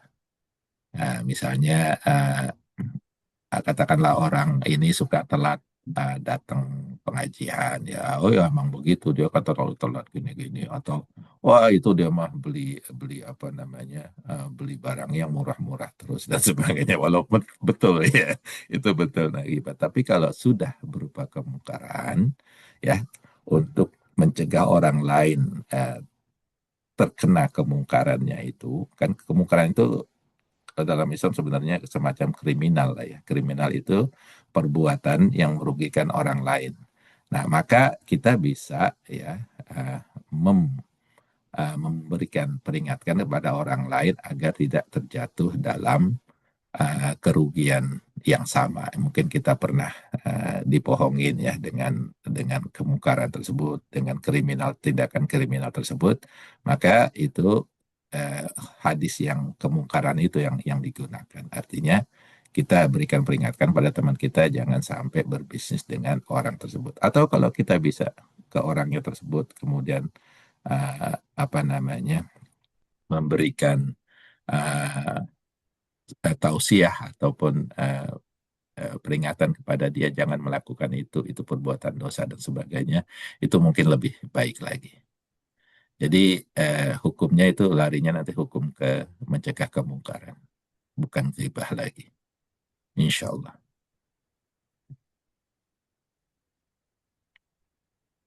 Satu lagi tadi Ustadz, yang pertama itu bagaimana kita membuat ngejudge bangsa lain karena sering yang bikin kita kesal setiap Ramadan. Iya. Begini, katakanlah ada seorang yang orang Amerika, katakan orang Muslim ya melakukan perbuatan jelek ya, kemudian disebut mereka memanggil dengan istilah tertentu, kemudian dia mengatakan memang semua orang Muslim itu seperti itu. Bagaimana perasaan kita kira-kira? Kita nggak suka ya. Nah, kalau kita kemudian mengeneralisir ya 1-2 orang misalnya dari bangsa tertentu yang melakukan itu, kemudian kita generalisir sebagai bangsa itu melakukan atau kelompok itu memang orangnya seperti itu juga mereka yang tidak melakukan itu juga tidak akan senang mendengarnya. Jadi diusahakan untuk tidak mengeneralisir mengeneralisir ya 1-2 perbuatan jelek dari orang tertentu, kemudian kita katakan sebagai adab atau adat orang tersebut. Itu yang coba kita hindari, kita varian, diusahakan. Nanti kalau ada sama juga nanti orang Indonesia misalnya ada yang 1-2 yang pelit nanti misalnya orang Indonesia emang gitu pelit tuh kalau ngasih, nah, kita kan nggak enak juga kan ya. Iya. Kalau itu biasanya mayoritas biasanya kalau kalau besar, kalau di daerah saya itu banyak orang India, saya 2 orang Indonesia ya itu biasanya gitu, biasa orang India begitu kan, jadi ya gitu, jadi budayanya ya udah. Budaya ya. Tapi diusahakan kita tidak terlibat, kita tidak ikut-ikut. Kayak misalnya, ya kadang-kadang di Indonesia kan katakanlah, maaf ya ini kan udah terkenal misalnya, wah orang Padang tuh pelit lah segala macam gitu kan. Kalau bisa kita jangan ikut-ikut, karena nggak semuanya kan, gitu loh, nggak semuanya. Begitu. Ya kita coba menghindari lah dari membuat sebutan-sebutan yang orang tersebut ya jika mendengarnya nggak akan suka. Itu ghibah itu nanti jatuhnya. Bikin kita istighfar terus hindari aja ya. Hindari. Cari aman daripada ini rusak hati. Iya. Ada Mbak Faria, ada lagi pertanyaan? Mudah-mudahan menjawab pertanyaan tersebut. Alhamdulillah cukup. Iya. Semoga nggak ketipu lagi. Kalau saya tidak tertipu sama ini kebetulan bukan di komunitas Indonesia sih, jadi itu wow ternyata banyak yang korbannya. Iya, kalau itu udah berupa kemungkaran ya mungkin bisa dilakukan pencegahan. Kita mencegah kemungkaran. Tapi niatnya harus jelas gitu. Ya, niatnya harus jelas. Jangan nyeleweng, jadi jelasnya kadang-kadang kan di hati itu karena nggak suka, akhirnya bukan niat kita bukan mencegah kemungkaran, tapi memang tidak suka dengan orang tersebut gitu.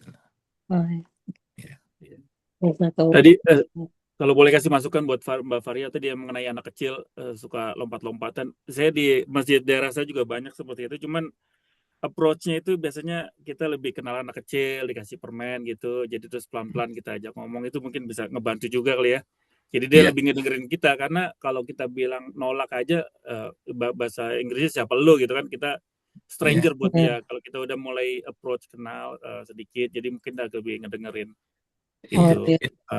Iya, saya juga banyak di sini juga lari, jadi ya saya lingkungan anak kecil ya saya ajak tarik sini tarik sana bawa main. Ada saya juga kebetulan 9 sama 11 tahun saya kasih bawain permen sebungkus ya, kumpul baris gitu kan, jadi kenal gitu itu siapa gitu, jadinya berusaha di distract gitu ya, pelan-pelan diajak ngomong mungkin Iya.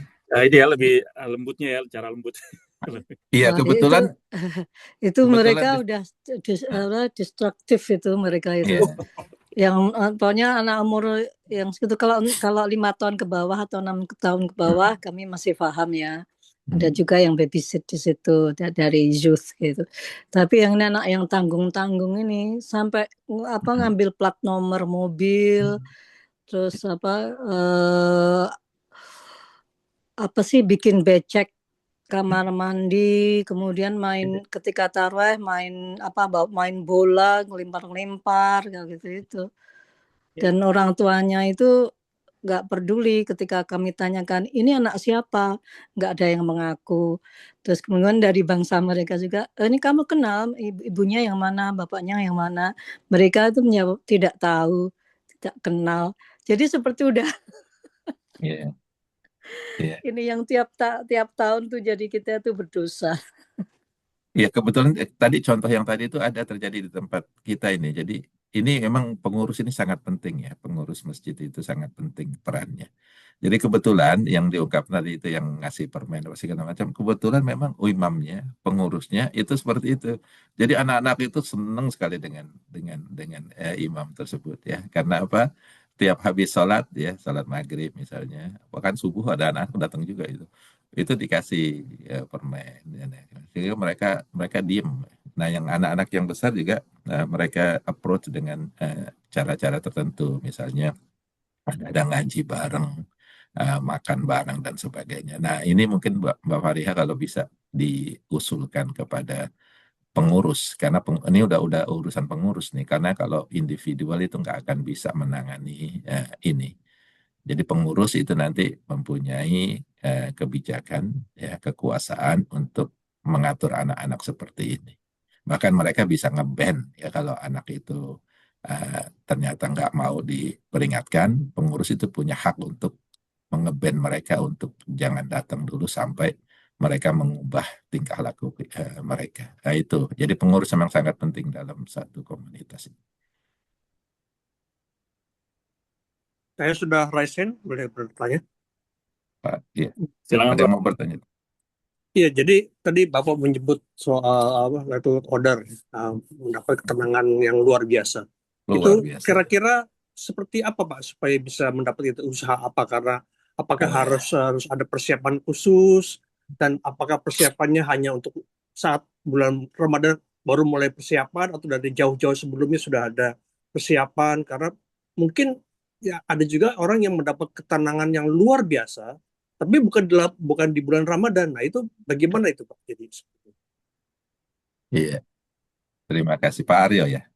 Jazakallah khair atas pertanyaannya. Ini kalau dari kisah-kisah ya di zaman Rasulullah, sirah Rasulullah SAW, ya para sahabat itu memang mempersiapkan Ramadan itu bahkan 11 bulan sebelum Ramadan itu datang. Jadi dari mulai begitu selesai Ramadan, Syawal itu mereka sudah bersiap-siap untuk menjemput Ramadan berikutnya. Ya.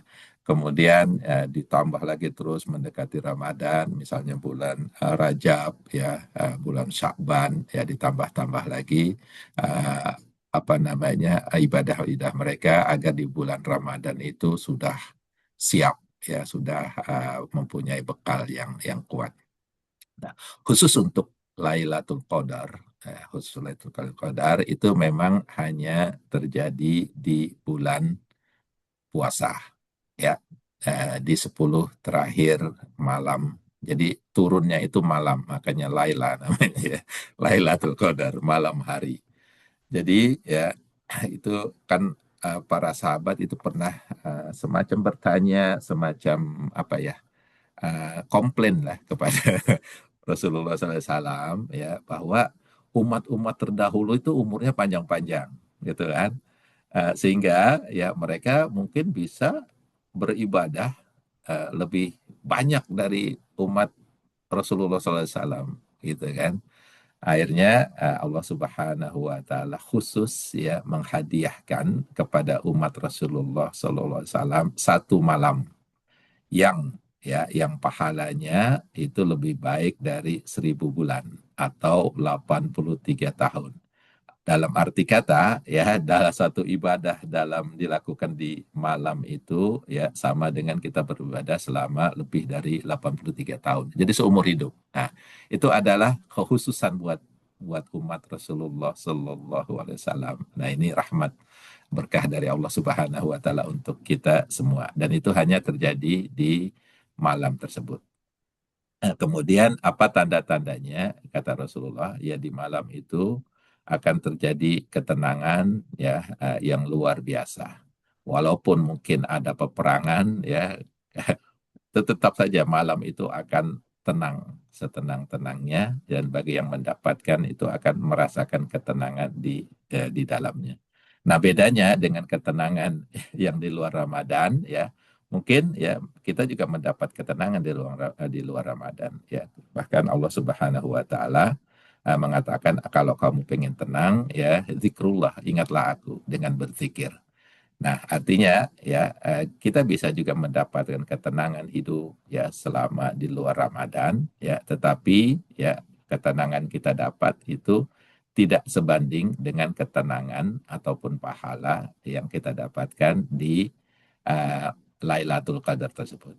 Nah, bagaimana caranya? Rasulullah SAW secara khusus, ya, memberikan tata cara untuk mendapatkan Lailatul Qadar adalah, ya, dengan yang paling utama adalah dengan beriktikaf. Ya, iktikaf itu, ya, adalah apa namanya, semacam saran, ya, sunnah dari Rasulullah SAW yang sangat dianjurkan bagi yang ingin mendapatkan Lailatul Qadar. Dan iktikaf itu bahkan ada cara-caranya, ya, ada aturannya. Ya, hanya bisa dilakukan, ya, misalnya di masjid jami'. Kenapa mesti masjid jami? Karena salah satu aturan dari iktikaf itu tidak boleh keluar masjid dengan alasan yang tidak jelas. Nah, sehingga ya kalau nggak di masjid jami, nanti Jumatannya harus keluar masjid. Nah, itu iktikafnya dianggap gagal kalau keluar dari masjid. Walaupun hanya untuk sholat, ya, makanya diperintahkan, ya, iktikaf di masjid jami. Nah, itu yang Rasulullah SAW sangat sarankan, ya, untuk mencari Lailatul Qadar itu dengan beriktikaf. Karena kenapa beriktikaf? Karena beriktikaf itu, ya, kita ingin memang menyengajakan diri kita untuk beribadah sepanjang malam pada Allah Subhanahu Wa Taala. Memang dikhususkan, gitulah. Kalau nggak beriktikaf kan mungkin di rumah, ya, bisa jadi, ya, ngopi dulu, gitu kan, ke dapur, nonton TV dulu, gitu kan. Sehingga tidak maksimal, ya. Maksimalnya, ya, Rasulullah SAW memberikan tata cara, yaitu dengan beriktikaf. Nah, itu mudah-mudahan menjawab pertanyaan Pak Aryo.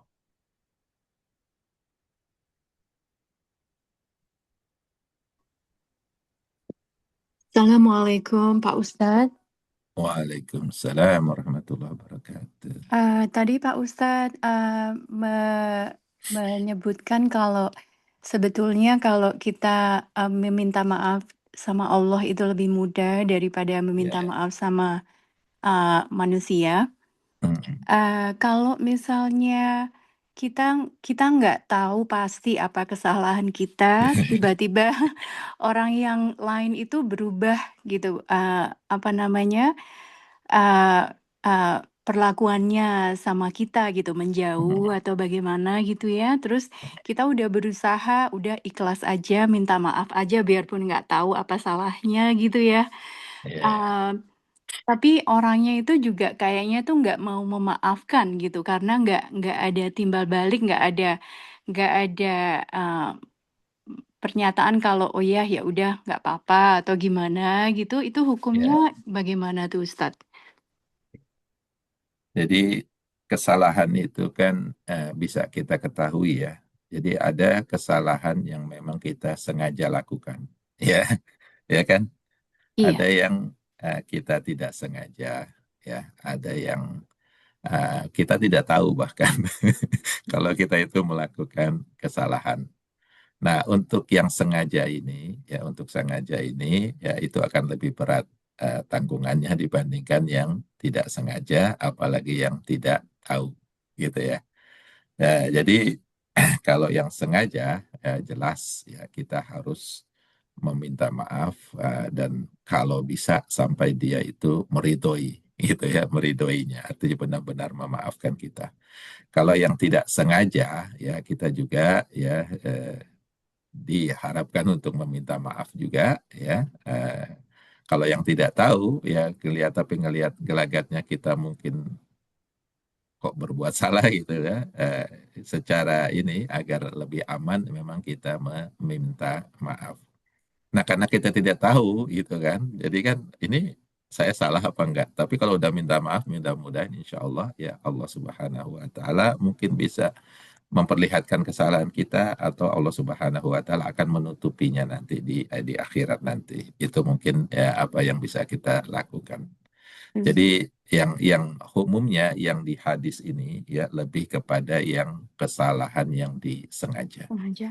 Oh Yang ya. disengaja. Karena ada salah satu ini cerita aja ya, ini cerita bijak ya. Jadi ada salah satu orang yang memang suka membuat kesalahan kepada orang lain. Suatu saat dia itu merasa berdosa, merasa ini ingin menghapuskan kesalahannya itu ya untuk meminta maaf.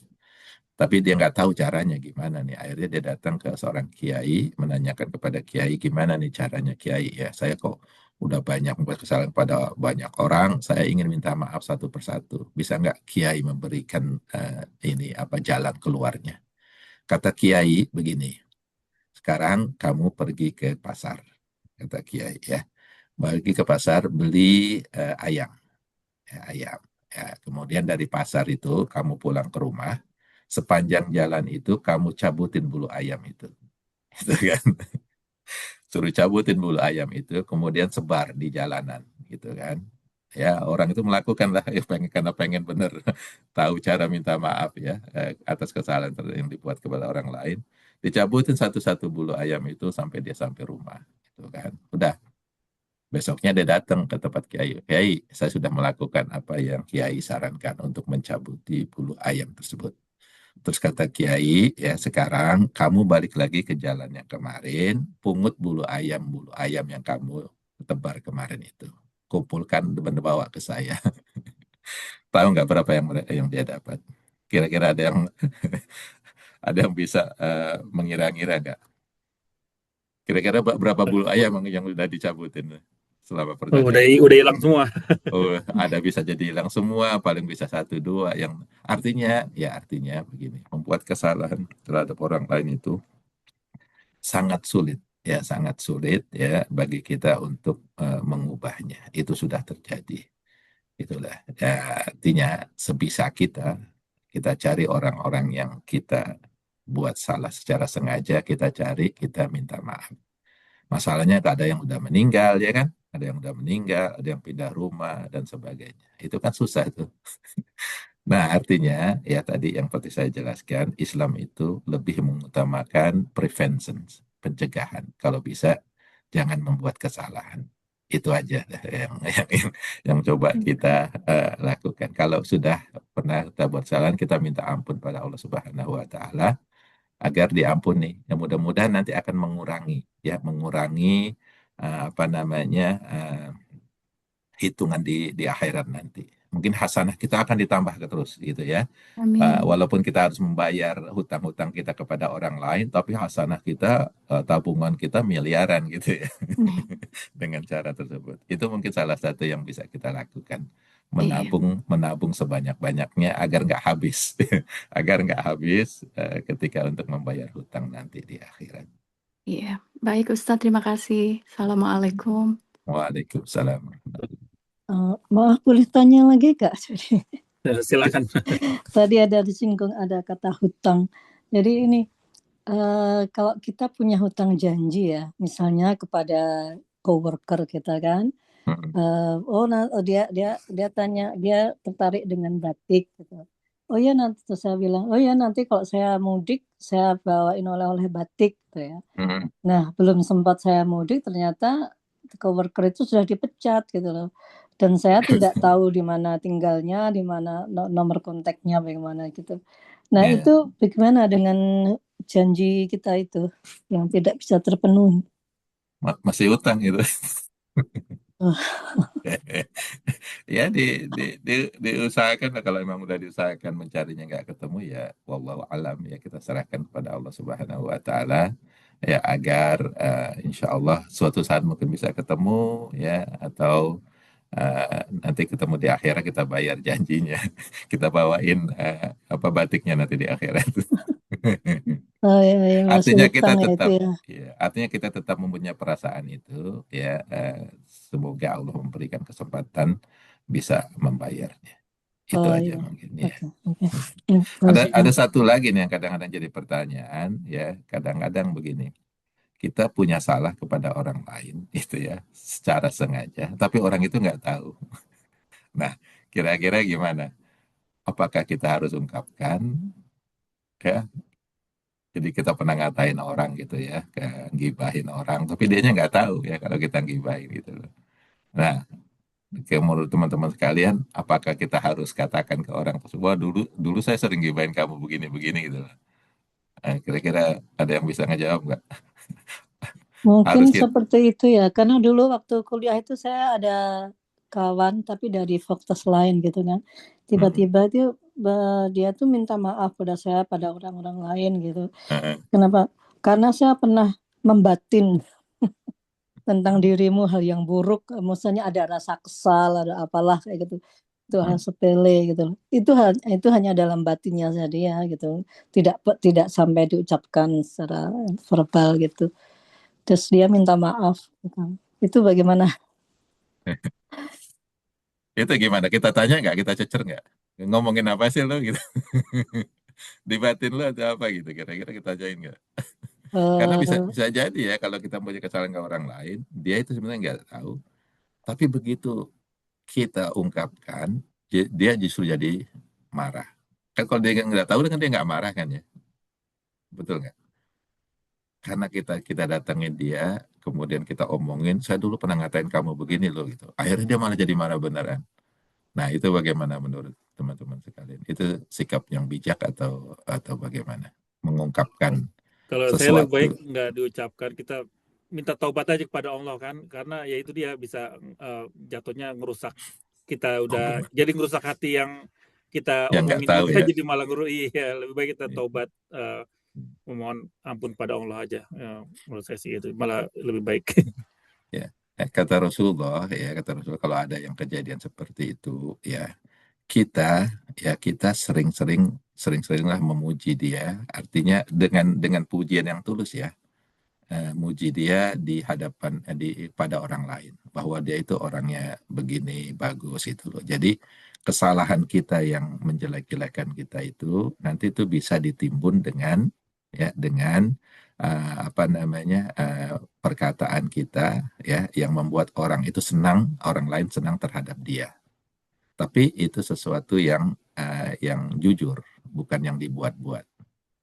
Nah, itu yang saran dari Rasulullah SAW. Ya, kalau kita pernah melakukan kesalahan pada orang lain dan orang itu nggak tahu cara membayarnya, ya, cara menutupinya itu dengan memuji dia atau memberikan sesuatu perkata yang baik kepada orang lain tentang orang tersebut, sehingga orang itu akan suka kepada dia.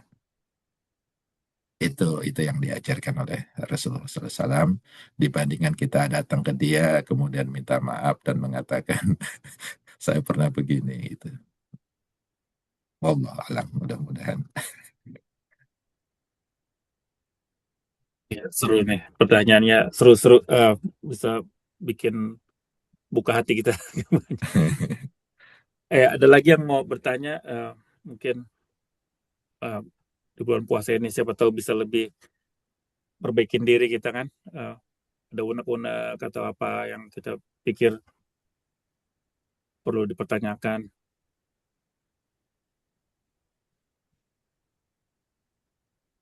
Atau Bu Fariha mau nanya ukuran saya itu batiknya bisa, gitu kan.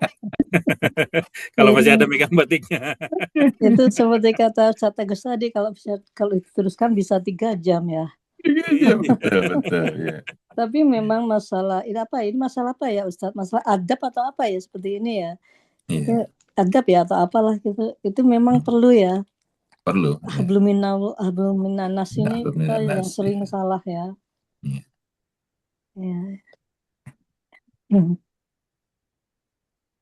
Saya nggak mau janji ya ukuran batiknya. Takut itu nggak bisa. Ya, Bang. Udah jarang pakai batik. Iya, ya, ada yang mau bertanya dipersilakan. Mas Doni ini kalem aja. Kalau nggak ada yang mau bertanya bisa kita tutup atau ada tambahan dari Ustadz Agus? Ya mungkin kita tutup aja kali ya, kan sudah. Iya, iya Saya udah hampir jam bertanya 3. sedikit mungkin kalau boleh. Silakan, Iya, Pak Arjo. silakan. Iya, jadi ini saya asumsikan yang ada hadir semua di sini adalah orang-orang Indonesia yang di Amerika ya. Jadi soalnya pertanyaan saya ini spesifik tentang Amerika. Jadi Oke. karena mungkin bukan di Indonesia ya, jadi mungkin ada perbedaan kultur atau pemahaman karena kadang-kadang misalkan kita harus sholat di masjid yang mungkin pada sebagian besar adalah bangsa yang lain, entah itu bangsa dari yang Pakistan, India atau apapun itu. Jadi kadang-kadang suka ada perbedaan persepsi, perbedaan kebiasaan. Saya juga pernah yang masjid dekat rumah saya itu kalau misalkan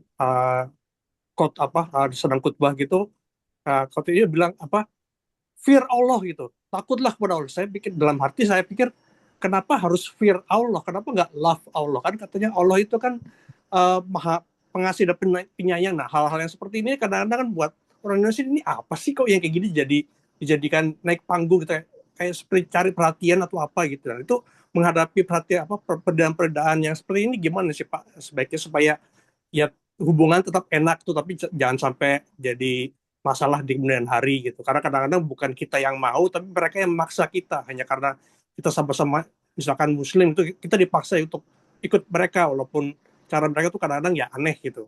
Itu gimana Pak? Iya. Jadi alhamdulillah ya kita hidup di Amerika ini banyak sekali melihat perbedaan ya dari negara-negara lain ya. Jadi satu masjid itu bisa semua mazhab ada di sana gitu ya. Ini merupakan ya berkah dari Allah Subhanahu wa taala, rahmat dari Allah Subhanahu wa taala.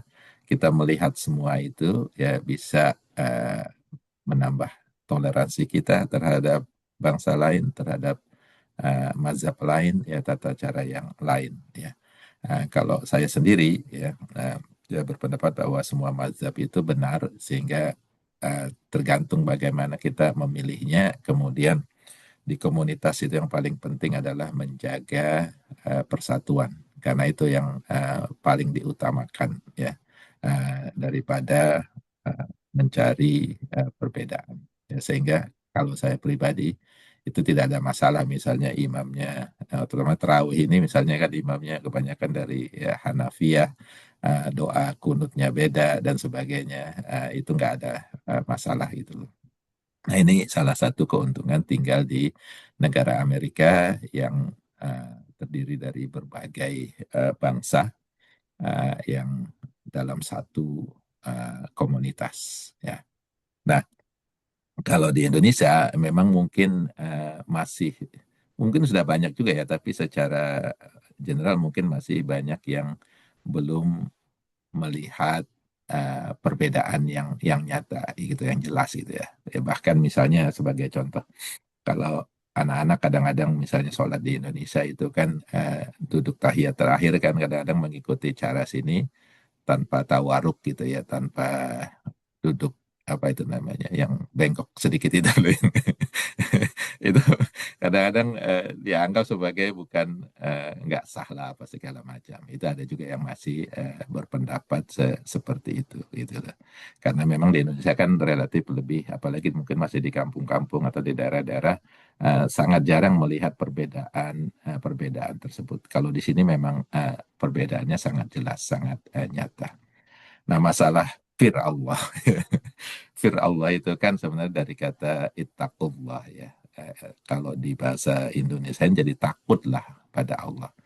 Jadi kadang-kadang tergantung bagaimana kita menerima dan mengasumsi, mendefinisikan kata ittaqullah itu.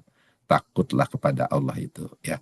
Ah, kalau dari sahabat misalnya Umar, ya, Ibnu Khattab itu mengatakan ittaqullah itu takut kepada Allah itu artinya bukan takut karena Allah itu apa namanya dibayangkan sesuatu yang menyeramkan sehingga kita harus takut, enggak.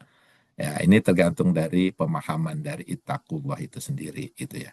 Kalau ittaqullah artinya takutlah kepada Allah itu sebenarnya kata apa namanya Umar bin Khattab itu kita takut melakukan dosa-dosa, ya, kita menghindari dari berbuat dosa-dosa, ya, agar kita takut itu nantinya kalau kita berdosa itu akan masuk neraka, ya, dan seterusnya. Jadi takut di sini artinya ada sesuatu yang membuat kita mencoba, ya, menghindari perbuatan-perbuatan dosa. Sebagai contoh itulah kalau kita takut hujan, apa yang kita siapkan? Tergantung Kira-kira Pak, hujannya hujan apa Pak? Kalau hujan duit saya senang Pak. Ya katakanlah takut takut hujan gitu kan. Kan kita nyiapin apa kita biasanya? Kita nyiapin payung, ya, ada nyiapin mantel gitu kan, ya. Sama, jadi takut itu artinya ya kita tahu, ya, itu nanti ada pilihan, ada surga dan neraka. Karena kita takut terhadap neraka, ya, takut terhadap azab Allah Subhanahu wa taala, maka kita siapkan payungnya di dunia ini. Nah, itu yang fear Allah itu sebenarnya di sana. Takutlah kepada Allah. Jadi waktu dia menggebu-gebu itu sebenarnya kita sedang memberikan ini yang kepada kita, apa namanya, warning kepada kita, jangan berbuat dosa gitu. Ittaqullah, takutlah kepada Allah, jangan berbuat dosa gitu kan. Bahkan waktu apa namanya Umar, ya, Ibnu Khattab itu naik naik jadi khalifah, kan juga ada orang bilang ittaqullah, wahai Umar, takutlah kepada Allah gitu kan. Artinya jangan sembarangan lo jadi pemimpin gitu, ya. Jangan jangan apa namanya, jangan menekan, jangan jangan korupsi dan sebagainya. Ittaqullah. Nah, itu arti dari kata ittaqullah. Nah, jadi tergantung bagaimana Pak Aryo ini menilainya nanti di situ. Memang Allah itu maha maha maha mengasih, maha penyayang. Tapi kadang-kadang kan manusia juga harus diperingatkan sisi yang lain, ya. Jangan hanya misalnya Allah itu maha penyayang ini, tapi di lain sisi, ya, kalau kita berbuat jelek, takutlah kepada Allah karena akan ada azab. Jadi ada pahala, ada dosa. Jadi mungkin orang ini mungkin jauh lah mungkin, ya, biasanya orang ini ya lebih menekankan, ya, takutlah kepada Allah Subhanahu wa taala agar kita tidak melakukan perbuatan dosa. Begitu mungkin Pak Aryo, mudah-mudahan bisa jelas. Kalau menurut saya ini Pak, ya, ini menurut saya sih. Kalau misalkan nggak tahu ya, ini kan walau alam ya. Kalau misalkan masuk neraka, ya udahlah, ikhlas saja lah, karena memang kan Allah kan maha adil kan. Jadi mungkin memang itu caranya Allah untuk dalam tanda petik menghargai kita gitu. Jadi kalau menurut saya ya tergantung juga sih Pak. Iya, iya. Jadi memang kan agama itu kan nasihat, ya, peringatan, ya, nasihat, tausiah gitu, ya. Jadi Allah Subhanahu wa taala itu sangat sayang kepada kita. Jadi Allah Subhanahu wa taala itu tidak melepas kita beribadah semau kita sendiri, tapi dikasih petunjuk, dikasih caranya gitu loh. Itu bagaimana Allah sayang kepada kita. Diturunkanlah misalnya Rasul-Rasul gitu, ya, pada manusia, kemudian diturunkan kitab-kitab gitu, karena diberikanlah kita teman-teman yang baik, itu kan kasih sayang Allah Subhanahu wa taala kepada kita, sehingga ya kita itu ya diberikan pilihan, ya, mau ikut atau tidak. Ya, itu kan salah satu inian Islam, ya. Islam itu kan walaupun namanya ada yang namanya takdir, tapi tetap ada yang namanya takdir yang ikhtiariyah, yang harus kita usahakan. Jadi Allah Subhanahu wa taala memberikan jalan, pilihan, ini jalan baik, ini jalan jelek. Nah, ada jalan baik. Allah Subhanahu wa Ta'ala juga nggak melepaskan kita aja, tapi diberikan petunjuk-petunjuknya itu dan seterusnya. Nah, jadi memang kita harus berusaha ya agar kita itu diridhoi oleh Allah Subhanahu wa Ta'ala agar terhindar dari siksa neraka. Ada caranya gitu loh. Ya, jadi uh, nggak terserah aja. Karena terserah nanti artinya kita nggak berusaha. Kita harus berusaha dulu. Ya mudah-mudahan kita terhindar dari siksa neraka dan kita masuk ke dalam surga. Ya nanti karena ada tingkat-tingkatan sih Pak. Ya, ada yang tingkatannya sudah hanya mencari ridho Allah Subhanahu wa Ta'ala gitu ya. Sehingga apa namanya perbuatan dia memang sudah mengarah ke sana. Ada yang masih awal ya harus diberi peringatan ya dengan ittaqullah itu ya. Ada yang sudah levelnya agak menengah dan sebagainya. Jadi manusia itu berbeda-beda dan pendapatnya pun berbeda-beda.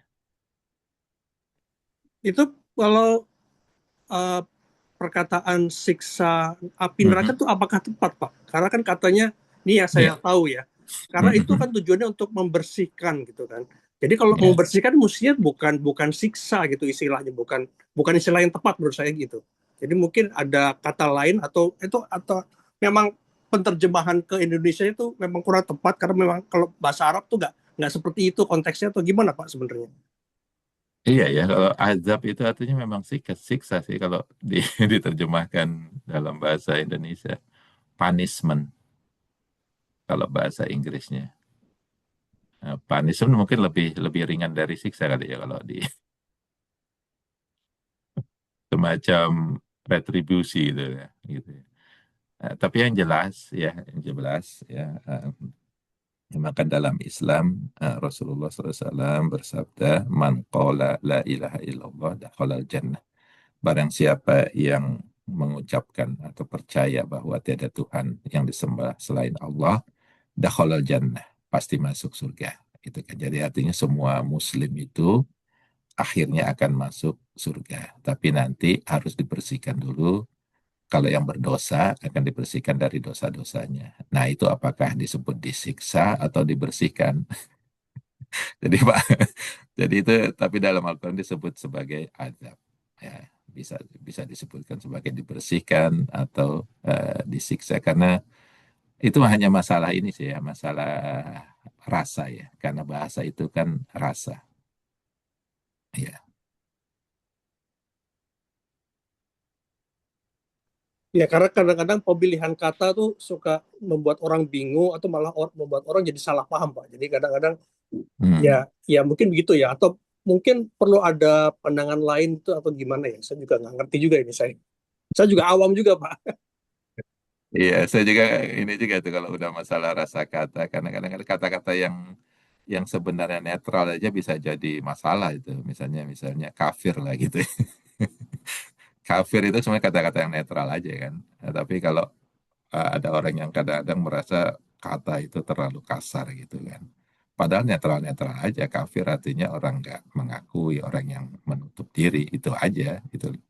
Sehingga kalau ada orang yang merasakan rasa itu kok radikal, keras gitu kan. Nah itu rasa mereka gitu.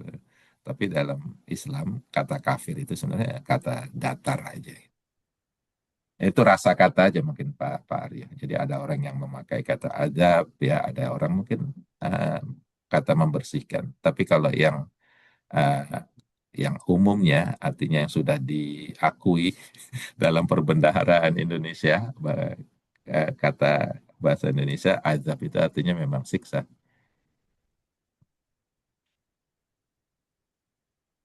Mungkin kalau tidak sambil marah-marah itu khotibnya mungkin jadi lebih santai Pak ya. Walaupun pakai kata-kata yang salah atau mungkin sambil melucu atau apa. Tapi kadang-kadang di kebudayaan Arab itu memang beda Pak. Mereka tidak ada yang istilahnya lucu di panggung itu nggak ada. Mungkin malah dianggap penghinaan atau gimana gitu. Betul.